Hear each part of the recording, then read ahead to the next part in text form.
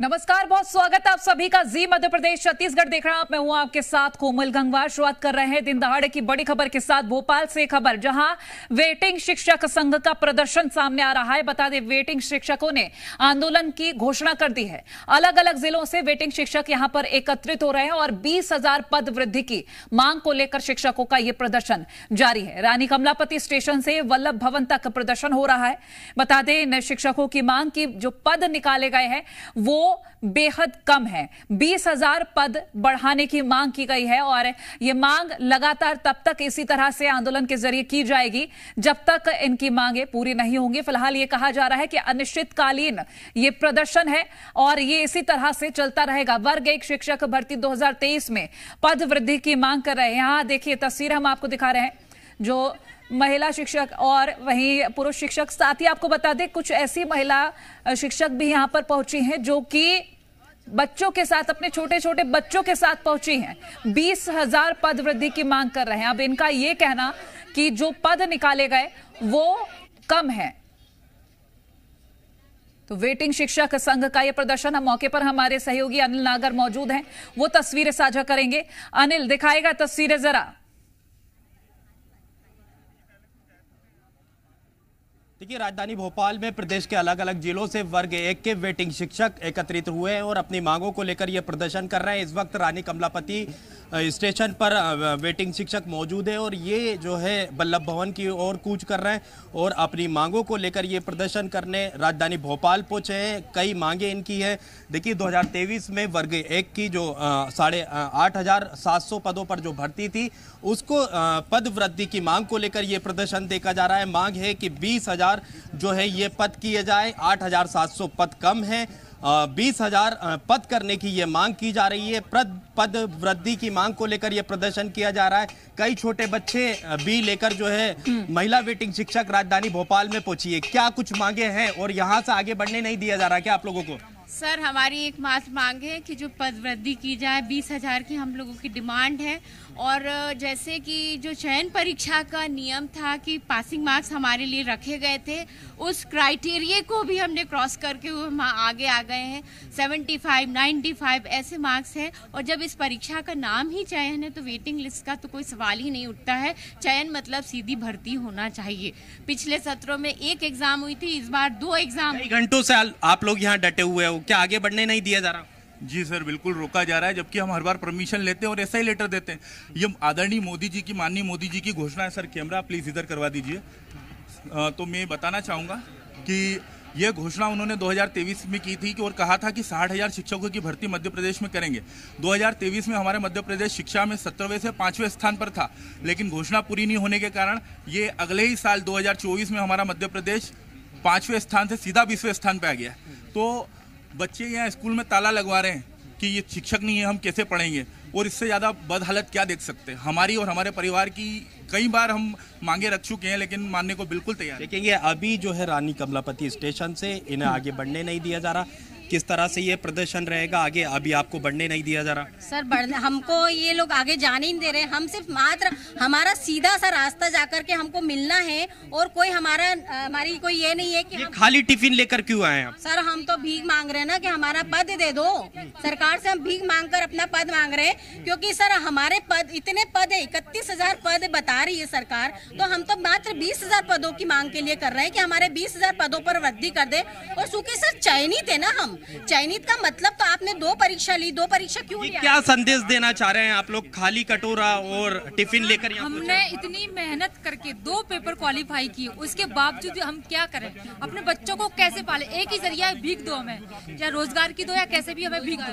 रोजगार के रूप में हमें भीख दो। हमने मेहनत की, हम यहाँ तक आए मेहनत करके, 2 पेपर क्वालिफाई करके आए, ऐसे ही नहीं आए सर। हम थाली कटोरा से हम ये संदेश भी देना चाहते हैं कि हमारे हाथों में तो थाली कटोरा बेलन करछी बस यही रह गया। पढ़ाई करने के बावजूद भी हम शिक्षा के क्षेत्र में नहीं उतर पा रहे हैं। तो थाली कटोरा अभी आगे प्रदर्शन कैसे रहेगा? अभी आपको आगे नहीं बढ़ने दिया जा रहा? नहीं तो सर, हमारा तो शांतिपूर्वक शांतिपूर्ण तरीके से हमको आगे जाने दिया जाए, बढ़ने दिया जाए, ताकि हम अपनी मांगों को जो भी हमें मिले, मंत्री मिले, जो भी हमें वल्लभ भवन के सामने मिले, तो हम उनसे अपनी मांगों को रख सके। और हम शांतिपूर्ण तरीके से जाना चाहते। और सर, कहाँ से आप आए छोटे बच्चों को लेकर? हम हम शाजापुर जिले से आए हैं सर। अलग अलग राज्यों से आए हुए हैं, सभी डिस्ट्रिक्ट से आए हैं। छोटे छोटे बच्चों अलग अलग राज्यों से आए हुए अपने परेशानियों को देखते हुए सर हम यहाँ तक पहुँचे हैं, क्योंकि हमें हमारा अधिकार चाहिए। हम कुछ और नहीं मांग रहे हैं सरकार। जब सरकार को चाहिए होता है तो हमने भी सरकार को चुना है। किस लिए चुनते हैं हम? इसीलिए ना कि हमें रोजगार मिले, हमारे बच्चों को शिक्षा मिले, गरीबों के बच्चे पढ़ सके। लेकिन नहीं, सरकार का तो पता नहीं रुझान ही क्या है। क्यों नहीं? वल्लभ भवन पहुँच कर रहेंगे आज? हाँ सर, कोशिश रहेगी, पहुँच के रहेंगे। अगर शांतिपूर्वक मांग नहीं सुन देंगे तो फिर हमें तो परेशान होना, हम हो रहे हैं वो भी होंगे। शांतिपूर्वक आए, सुने हमारी बात, तो उसमें दिक्कत क्या है? गलत मांग तो है नहीं हमारी।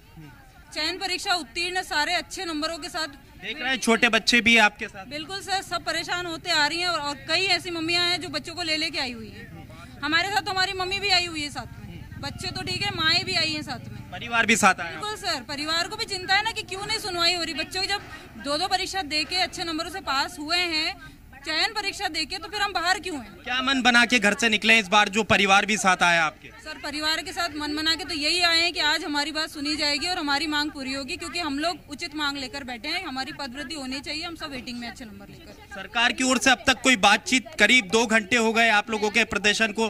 सरकार की ओर से भी कोई बातचीत नहीं हुई है, ना ही वो बातचीत करने आते हैं धरातल पर। जब उन्हें चाहिए होते हैं चुनाव के लिए मत वोट, तब वो धरातल पर उतरते हैं, बेवकूफ बनाते हैं जनता को। अब जब हमें जरूरत है। चलिए अनिल, आप नजर बनाए रखिएगा फिलहाल के लिए, बहुत शुक्रिया। और दुर्ग से अगली बड़ी खबर है। विधायक रिकेश सेन का वीडियो वायरल हो रहा है, जहां वो एक युवक की गर्दन पकड़ते हुए नजर आ रहे हैं। ये वीडियो वायरल हो रहा है तालाब के नामकरण का। लोग विरोध कर रहे थे। बता दें कि बात करने विधायक के पास ये लोग पहुंचे थे और इसी बातचीत के दौरान विधायक ने युवक की गर्दन पकड़ ली और ये वीडियो काफी ज्यादा वायरल हो रहा है। इस वीडियो पर उन्होंने सफाई भी दी है। युवक की गर्दन पकड़ते हुए वीडियो हम आपको दिखा रहे हैं। लड़ाई झगड़ा देवदास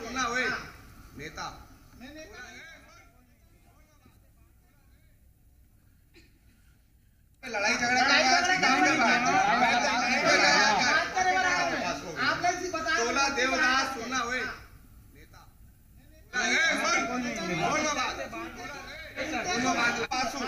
यहाँ पे लड़ाई झगड़ा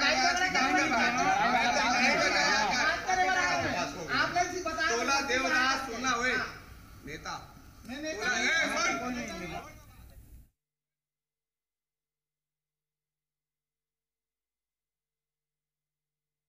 राहुल गांधी जी और इंडियन नेशनल कांग्रेस, आप लोगों ने पोस्ट किया है वीडियो कि मैं किसी व्यक्ति के साथ दुर्व्यवहार कर रहा हूँ।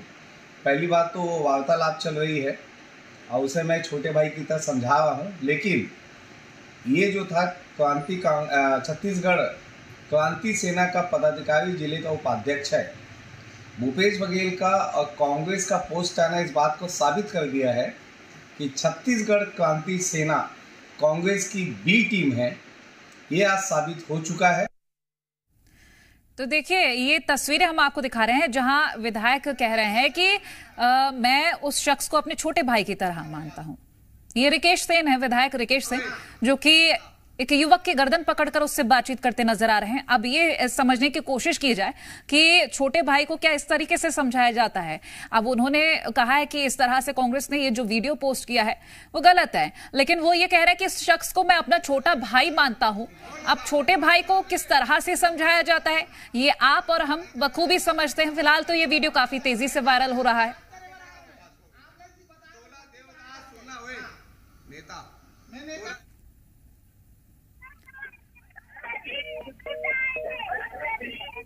तो ये दुर्ग से खबर हम आपसे साझा कर रहे हैं। किसी मुद्दे को लेकर ये लोग विधायक रिकेश सेन के पास पहुंचे थे बातचीत के लिए, और बातचीत करते करते एकदम से विधायक ने इस शख्स की गर्दन पकड़ ली, जो कि तस्वीरों में साफ नजर आ रहा है। हालांकि इस मामले में सफाई देते हुए उन्होंने कहा है कि मैं उस शख्स को अपना छोटा भाई मानता हूं, लेकिन अब कांग्रेस तो हमलावर है। तालाब के नामकरण का विरोध कर रहे थे ये लोग।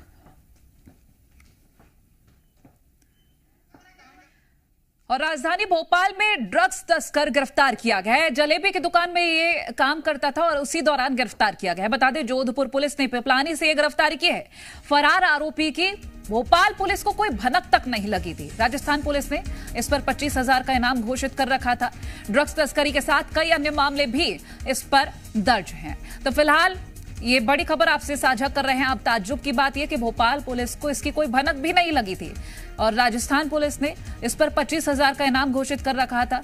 ड्रग्स तस्करी में ये आरोपी गिरफ्तार किया गया है। इस पर 25,000 का इनाम राजस्थान पुलिस ने घोषित किया हुआ था।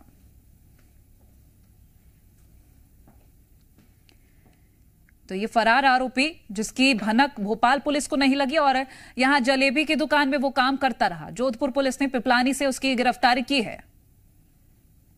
तो सवाल ये कि आखिर इस तरह की कैसी नींद कि भोपाल पुलिस को भनक तक नहीं लगी। इस तरह से और भी आरोपी होंगे जो छुप कर काम कर रहे होंगे। फिलहाल तो इस शख्स को गिरफ्तार कर लिया गया है, आरोपी को गिरफ्तार कर लिया गया है। अनिल नागर हमारे साथ लाइव जुड़ गए अधिक जानकारी के लिए। अनिल, एक ड्रग तस्कर जो कि भोपाल में इस तरह से छुपकर जलेबी की दुकान में काम करता है और भोपाल पुलिस को कोई भनक तक नहीं लगती, आखिर कैसे?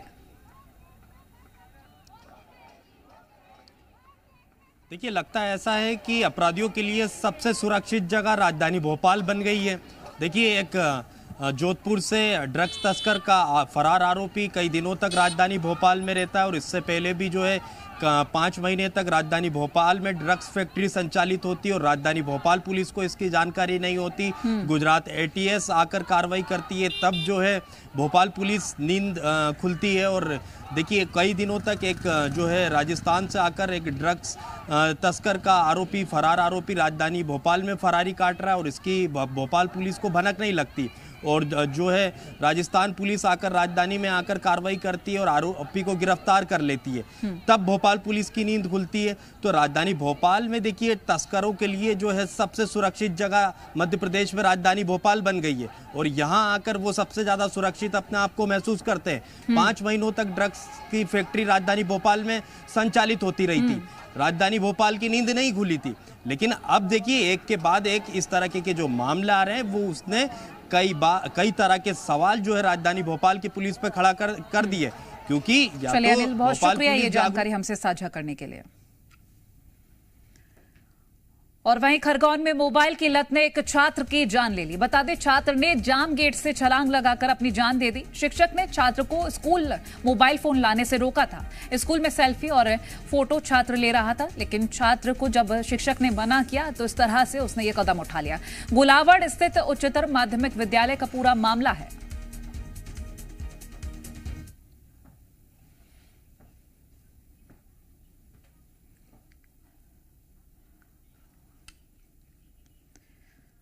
और रीवा में समोसे में छिपकली निकली है। समोसा खाने से बच्चे की तबीयत बिगड़ गई, जिसको संजय गांधी अस्पताल में भर्ती करा दिया गया है। बता दें, इस बच्चे ने निजी होटल में एक समोसा खाया था और फिलहाल परिजनों ने होटल मालिक पर केस दर्ज करा दिया है। सिविल लाइन थाने में होटल मालिक पर केस दर्ज कराया गया है। इस मामले में पुलिस जांच कर रही है। तो बच्चे ने निजी होटल में समोसा खाया था, वो थोड़ा ही समोसा खा पाया। उस दौरान उसको लगा समोसे का टेस्ट अलग है। उसने कहा कि समोसा अलग लग रहा है और फिर उसके बाद उसकी तबीयत बिगड़ने लगी। जब देखा गया तो समोसे में छिपकली थी। देखिए, तस्वीरें भी सामने आई हैं। अब फिलहाल पुलिस से जांच की उम्मीद की जा रही है। जल्द ही संजय गांधी अस्पताल में बच्चा भर्ती है जिसका इलाज चल रहा है। उसकी तबीयत तुरंत ही बिगड़ गई।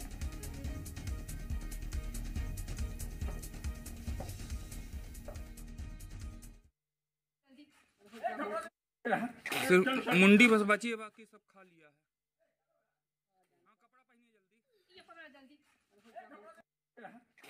मुंडी बस बची है, बाकी सब खा लिया है।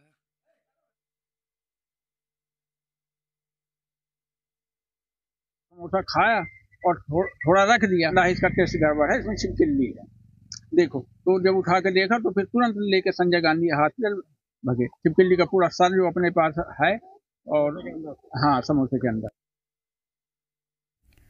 और ऑल इंडिया शिया पर्सनल लॉ बोर्ड ने सीएम डॉक्टर मोहन यादव को पत्र लिखा है। इंदौर में गजवा-ए हिंद के पोस्टर को लेकर मुख्यमंत्री को यह पत्र लिखा गया है। बता दें, पत्र में बोर्ड के महासचिव मौलाना यासूब अब्बास ने कागदीपुरा की एक मस्जिद पर लगे धार्मिक पोस्टर को लेकर विवाद पर चिंता व्यक्त की है। पत्र में सीएम डॉक्टर मोहन यादव से शिया समुदाय की धार्मिक भावनाओं के अपमान पर हस्तक्षेप करने की मांग की है। उन्होंने आपको यह भी बता दें कि हाल ही में कागदीपुरा की एक मस्जिद पर एक पोस्टर लगाया गया था। पोस्टर पोस्टर में हिंदू संगठन द्वारा गज़वा-ए-हिंद के संदेश की बात की गई थी, जिसके बाद हिंदू संगठनों ने इसका विरोध किया और अब इस मामले को लेकर शिया पर्सनल लॉ बोर्ड ने मुख्यमंत्री से आग्रह किया है कि वो इस मामले को गंभीरता से ले और समुदाय की धार्मिक भावनाओं की रक्षा सुनिश्चित करें।